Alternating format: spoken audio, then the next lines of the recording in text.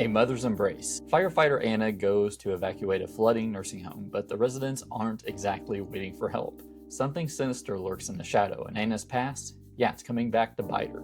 And no, this isn't your grandma's bingo night. Stick around, you'll see the storm of weird unfold. Hey, I'm Wes from Atomic Cult Media, your corner for twisty, under-the-radar horror that sticks with you. Now, if you've been here for a while, you know I cut my teeth on Lovecraftian horror, from films like Reanimator to In the Mouth of Madness, The Thing, and even low-budget gems like Dagon.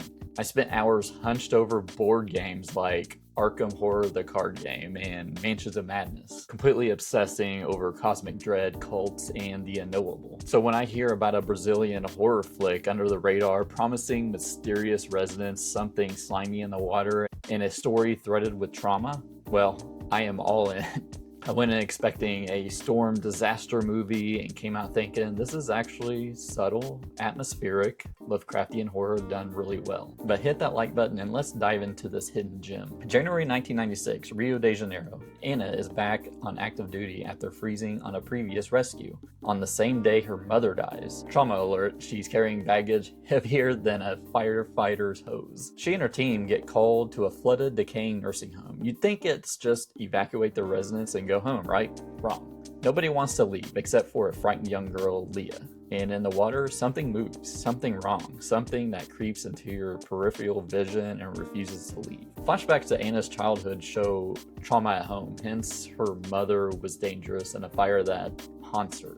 It's not just scares, it's emotional stakes layered under all this weirdness. The mix of psychological trauma plus cosmic tinge suspense is exactly what makes Lovecraftian horror so addicting, and this film sort of nails it. Ponce's tension building is phenomenal. The storm, the flooding, the creepy behavior of the residents, and the subtle monster glimpses all combined into a bit of a slow burn. It's a bit of escalating dread with far more psychological weight to it. Marjorie Estiano, who plays Ana, is the heart of the film. Brave, vulnerable, and emotionally nuanced. You feel every choice he makes, every hesitation, and every tense moment. You have the manager whose calm, eerie demeanor is more unsettling than a jump scare, hiding behind a polite smile. Director Cristian Ponce and co-writer Gabriela Capello and Andre Pereira balance trauma, supernatural dread, and tension masterfully. The cinematography is great.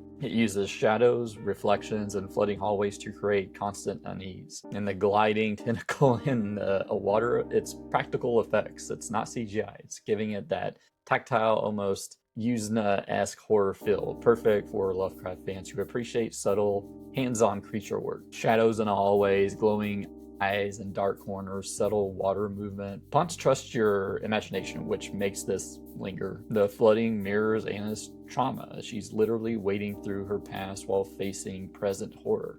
The cult undertones and mysterious residents nod to Lovecraftian fear without spelling it out. Mystery over exposition. If you're enjoying this review, hit that like button and maybe subscribe. I've got a whole playlist of horror movie reviews down below. Also, if you're on mobile, hit that hype button. It really helps small channels like this. You get 3 hypes a week. Use one of those on me. Come on. What I liked about it, Ana's performance is exceptional. Vulnerable yet commanding, haunted yet proactive. She's like Ellen Ripley meets Lovecraftian survivor. And as the supporting cast is kind of realized, her team members go missing and you kind of feel for them because you see their interaction and their bond early on. And makes the tension feel earned. And like I said, the visuals, the subtle shadows, the reflections, the movement in the water create unease without relying on cheap jump scares. And there's a psychological and supernatural mix, just like all great Lovecraft stories. Trauma, cult behavior, subtle creature horror make it more than a typical disaster or haunted house movie. Cult-like residents and the unknown lurking in water and slow creeping dread reward the patient viewers. What might hold it back a little bit is just, there's a lot of stuff going on in this tight 90-minute movie. You got the floods, you got cult and water creatures, and Ana's trauma. It can feel a bit crowded at times.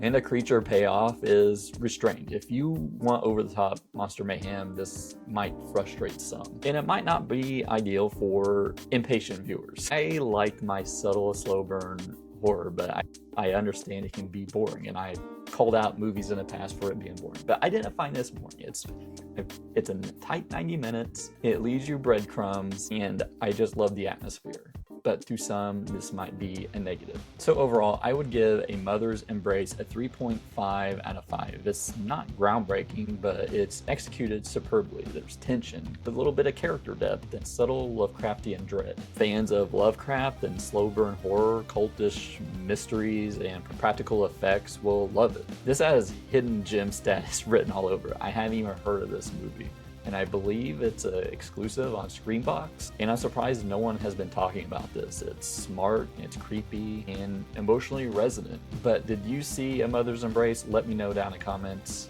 what you thought of it. And are you interested in seeing it now? If you like this review, hit that like button down below and maybe subscribe. You can just click here to subscribe. I've got my other horror movie reviews up here. If you want to support the channel a little bit further, we have YouTube memberships and our Patreon right here. Also, if you're on mobile, hit that hype button. You get 3 hypes a week. I would love one of those. And remember, never underestimate a flooded nursing home in Brazil, especially when Lovecraftian shadows are lurking.